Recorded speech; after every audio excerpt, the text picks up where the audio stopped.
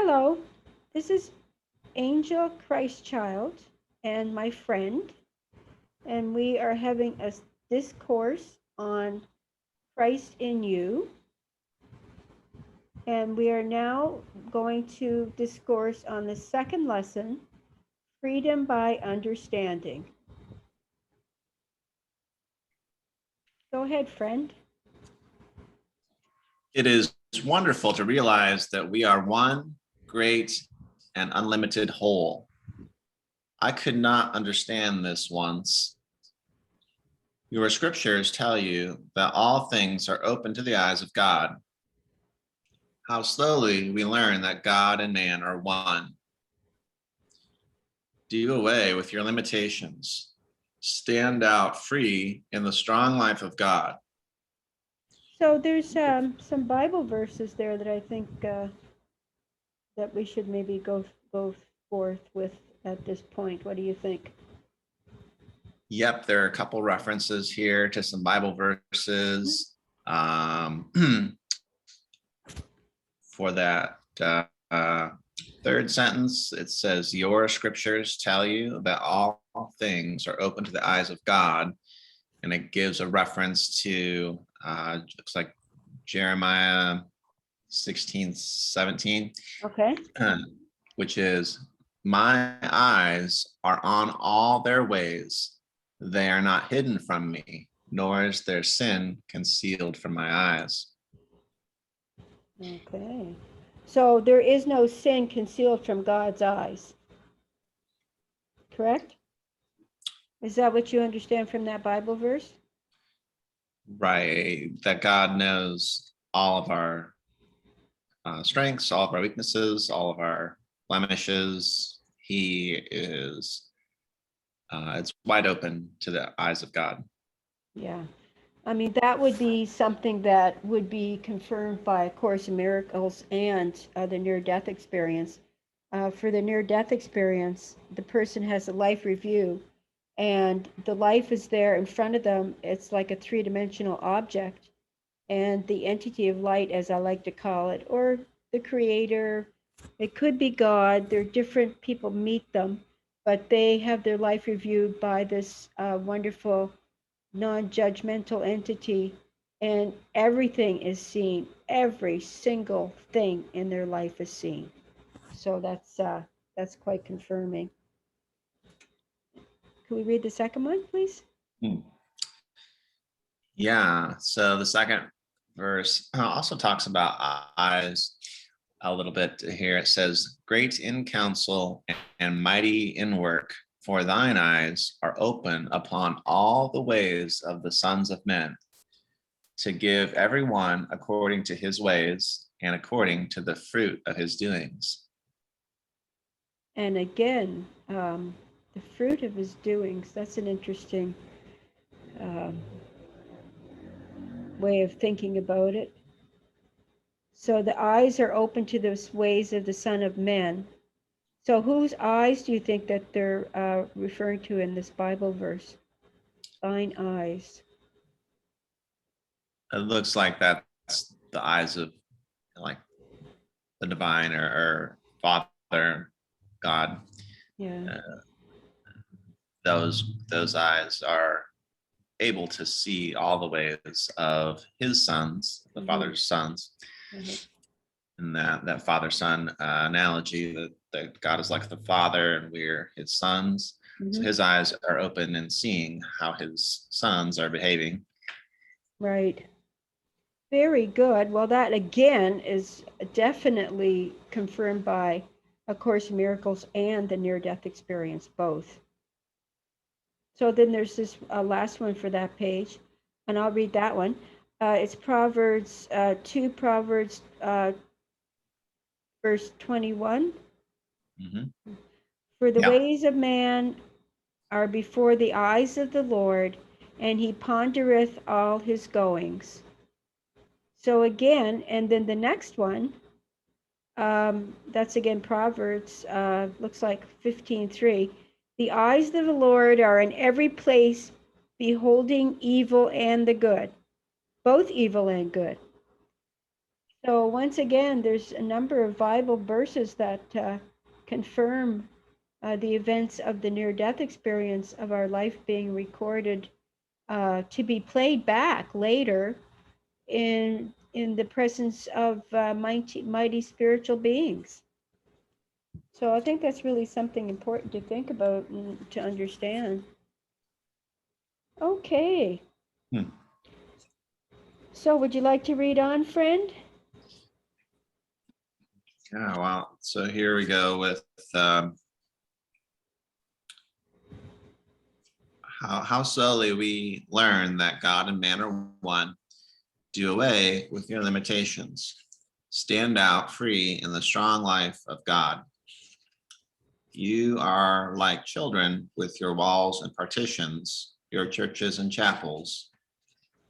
We too wonder why we were so long learning the things that have since become quite clear to us. I'm just going to say right there that I believe one of the reasons why, and this comes from A Course in Miracles, is because the ego challenges us all the time and stops us from knowing who we truly are as powerful spiritual beings. And it really slows our progress, the ego. And we'll find out more about the ego as we go along. Mm. Yeah, that's we're kind of like children with walls around us. Yes. We don't realize that maybe we put up these walls and we're like yearning to know what's on the other side of the wall. Mm. And so And it's us that are putting up the walls. So God is in all life, seen and unseen. Millions in the material plane are held in bondage, and yet all the time the door stands open. So again, this is something that has been talked about in A Course in Miracles quite frequently. And for that, we're saying the ego, it is only our allegiance that gives the ego any power over us. And that's because we have given the power of the ego, our power over to the ego, all our lives. And we believe that the ego is a separate thing acting on its own.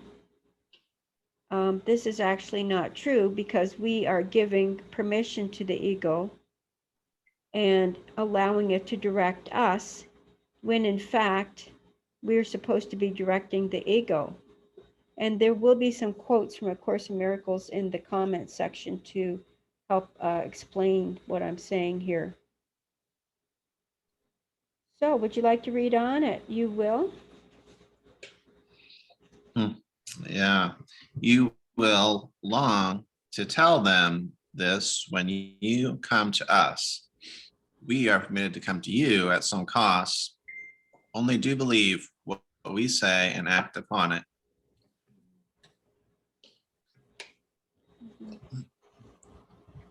So I feel like he's saying when you pass over up to the spiritual plane after this life, you'll realize these great truths and this great fact that God and man are one in reality, and that we've been kind of like living within a kind of wall of our own like construct down here, and we'll feel like, oh man, I wish I could tell people the truth. Right. Because that's And that's how then they felt. That's how they were motivated to write this book. mm-hmm. Mm-hmm. And they want to help us. They want to help you live a real life. Yeah, Yeah. totally. So let's read on. We want to help you to live your real life.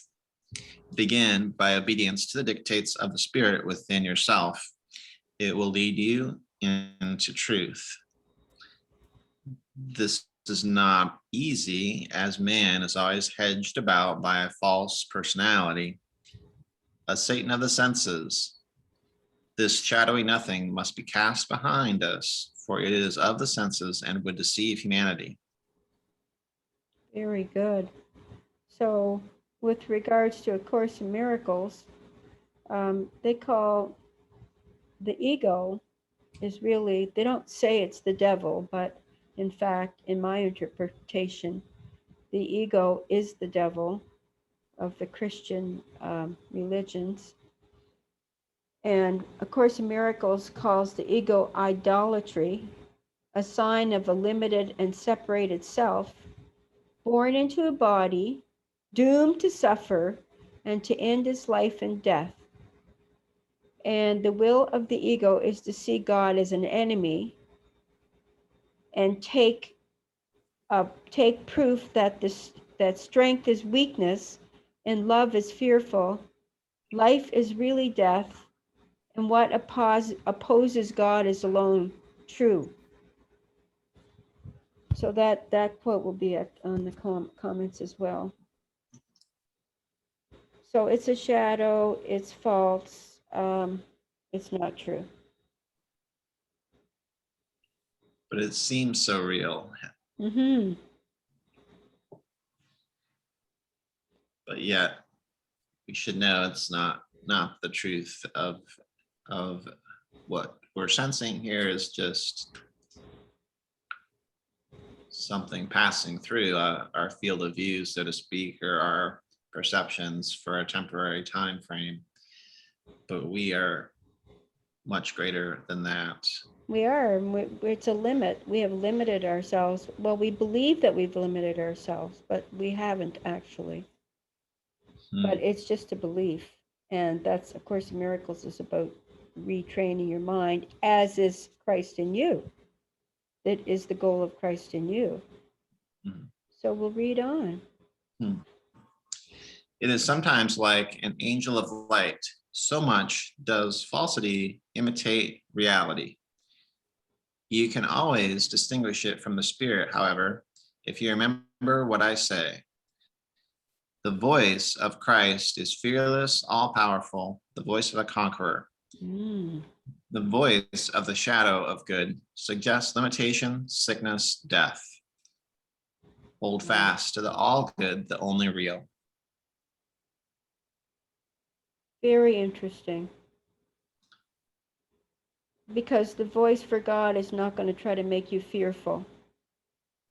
So that would be one way of identifying it.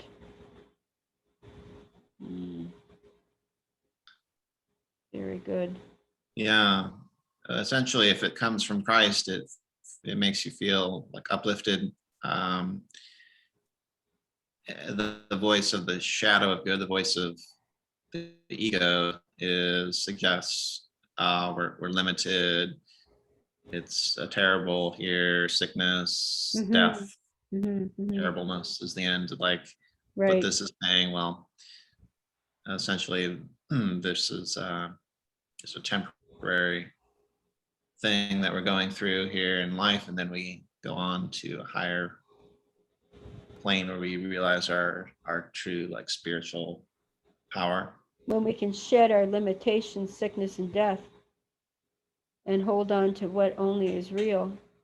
A Course in Miracles teaches that the ego is nothing more than a delusional system in which we have made our own father. So we made the ego our father. It sounds crazy, but it's the cornerstone of our thought system. And we have to realize that the whole thought system will not stand once we take a close look at it, which is the goal, I believe, of this Christ in you, is to take a very close look at the ego thought system. Yeah. Hold fast to the all good that is the only real. So he's saying the ego is trying to make itself out like it's real, but it's not real. Right. Well, we're in the ego world, and it certainly seems real. It feels real. The pain seems real. The joy seems real. But with the proper mind training, you start to realize that light comes through the edges and it's not real. Just think about that for a while and consider it. So are we living in the Matrix, like the movie The Matrix? Oh, it was that simple. So we worship God through Jesus Christ. There is no other way. So would you like to read the Bible verse, friend, for that line?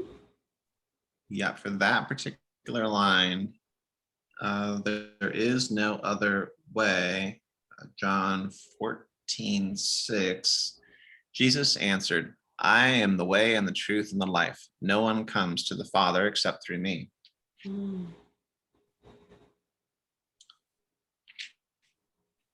Okay. And is there another one you? Okay, we'll. Yeah, there was one other verse earlier on that was up here where it says, the voice of Christ is fearless, all powerful. Oh yes, right. Let's read that. And the verse associated with that was, it's like John 16:33, which is, these things I have spoken unto you, that in me ye might have peace. In the world ye shall have tribulation, but be of good cheer. I have overcome the world. Wonderful. Well, A Course in Miracles talks about Jesus overcoming the world and seeing it as it truly is, seeing the illusion, seeing through the illusion to the truth. And he was one of the first students of A Course in Miracles who did his lessons perfectly. So he was able to see through to the truth. And then he sent us a book to help us begin the process of seeing through the truth as well. Mm. And then there's that one last verse. Mm. Oh, which one? The John. After this, the Revelations 1:18. These will all be on the comment section too. After this, I saw another angel coming down from heaven. He had great authority, and the earth was illuminated by his splendor.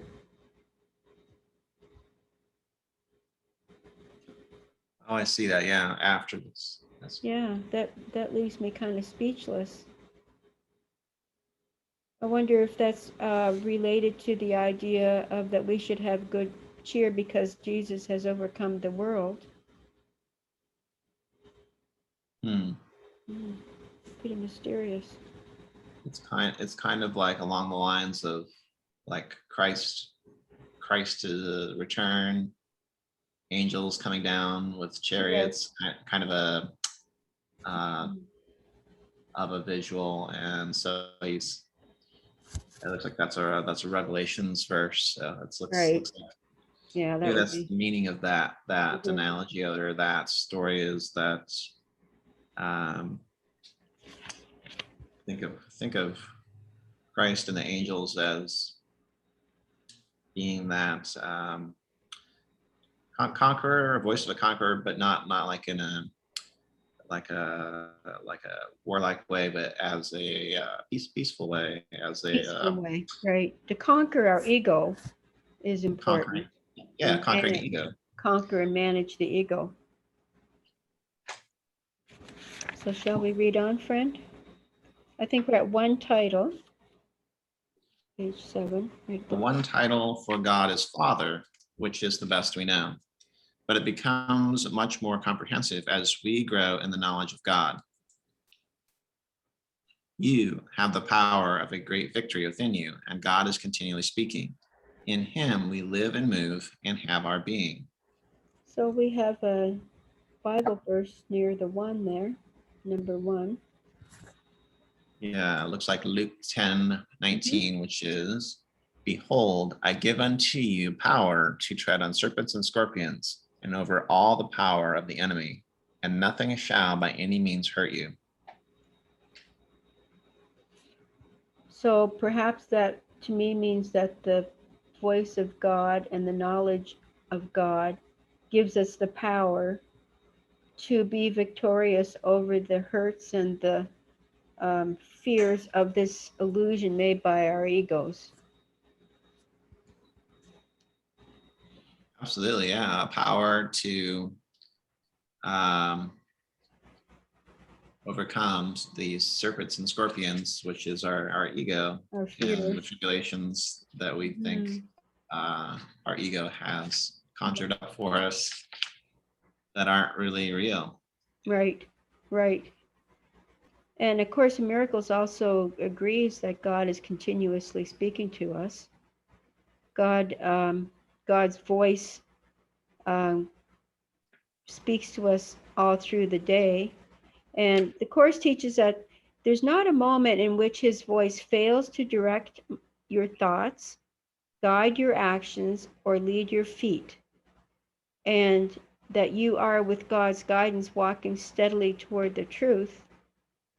And there's nowhere else you can go because God's voice is the only voice and the only guide that has been given to His Son, meaning us, you and me, friend, are referred to as His Son.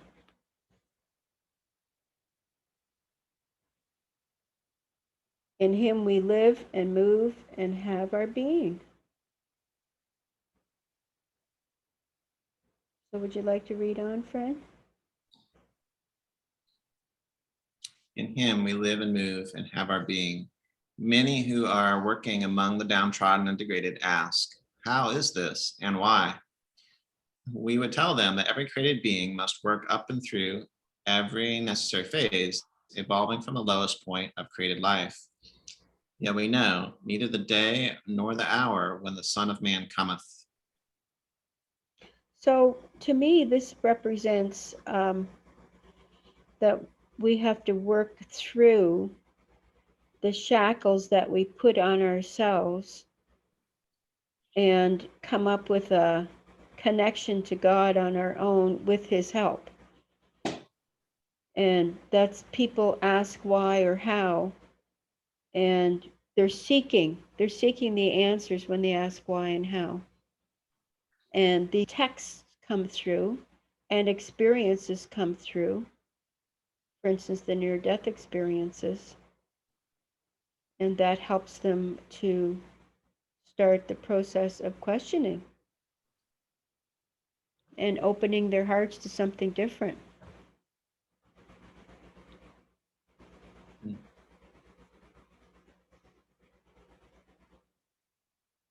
Yet we know neither the day or hour when the Son of Man cometh.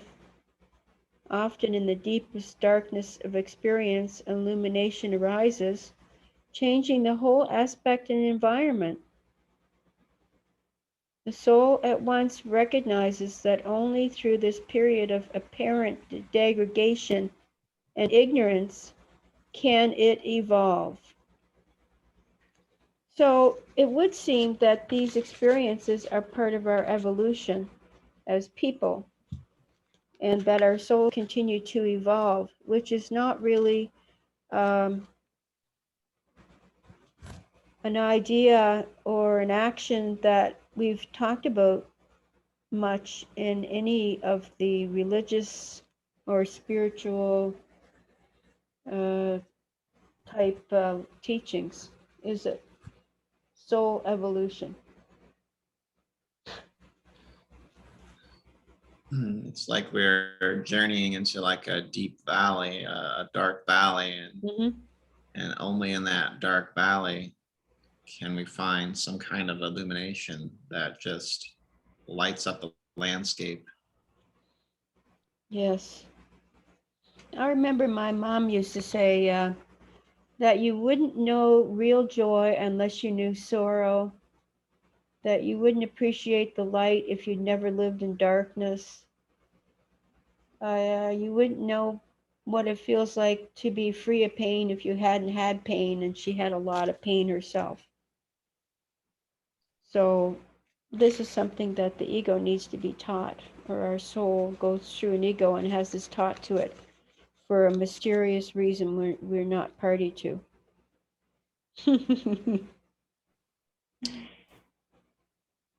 So it Must says, be a good reason. yeah, there must be a good reason. That's why they call it faith. So would you like to read on? Make the most.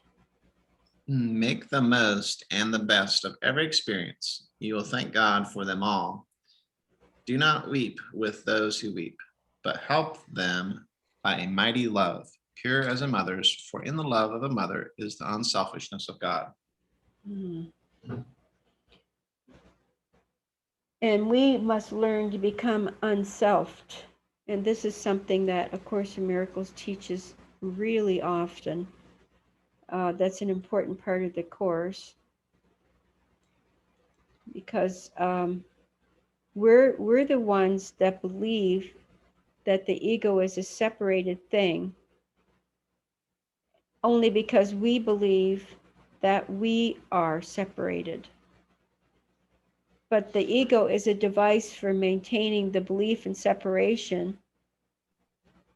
However, it's our decision that uses the device that enables the ego to continue.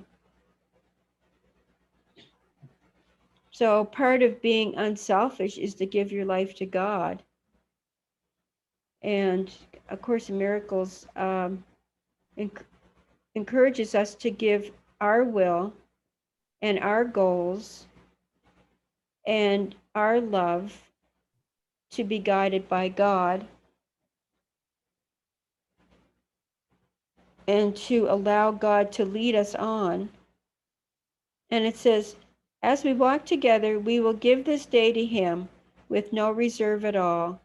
This is His day, and so it is a day of countless gifts and mercies unto us.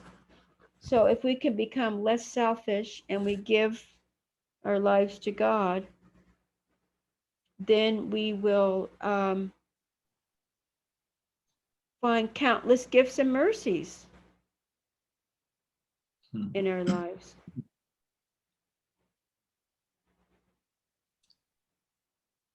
The ego comes up with reasons why maybe that wouldn't work. Maybe giving our lives over to a higher calling or to a God is like scary, but maybe it's only scary because the ego is like wants to keep hanging on and being the boss. Exactly. Exactly. That's how it perpetuates itself, with fear. It said earlier in our this discourse that the ego um, tries to frighten us and make truth feel like a threat and strength feel like a weakness.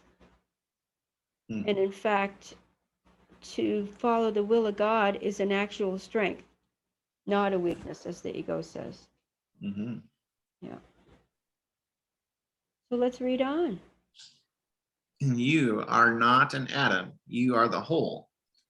Every true, unselfish life lifts the race near the Godhead. We are finding channels everywhere, teaching all over the earth by secret ways. Wonderful. Well, the secret ways are kept secret from, I think they're because they need to infiltrate the energy field so that people can understand how the ego operates. And that way we can sneak this past, because the ego and the soul are not really that well connected. The ego doesn't see the soul, as the Course in Miracles teaches, but the soul sees the ego. That's pretty interesting. I've found out about that just recently. Interesting. So the ego thinks that it really is the only thing, Right. because it doesn't see the soul. That's right. That's what I'm understanding from A Course in Miracles in the last few days.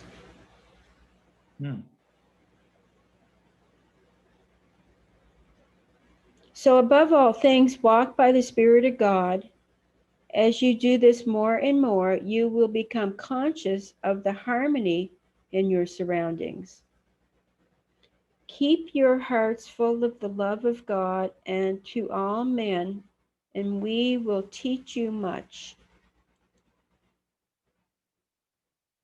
That is pretty important, to keep your heart open. I remember that they said last week, wasn't it? They said that unless your heart is open, it's pretty difficult to try to understand this information unless you have a heart for God. Hmm.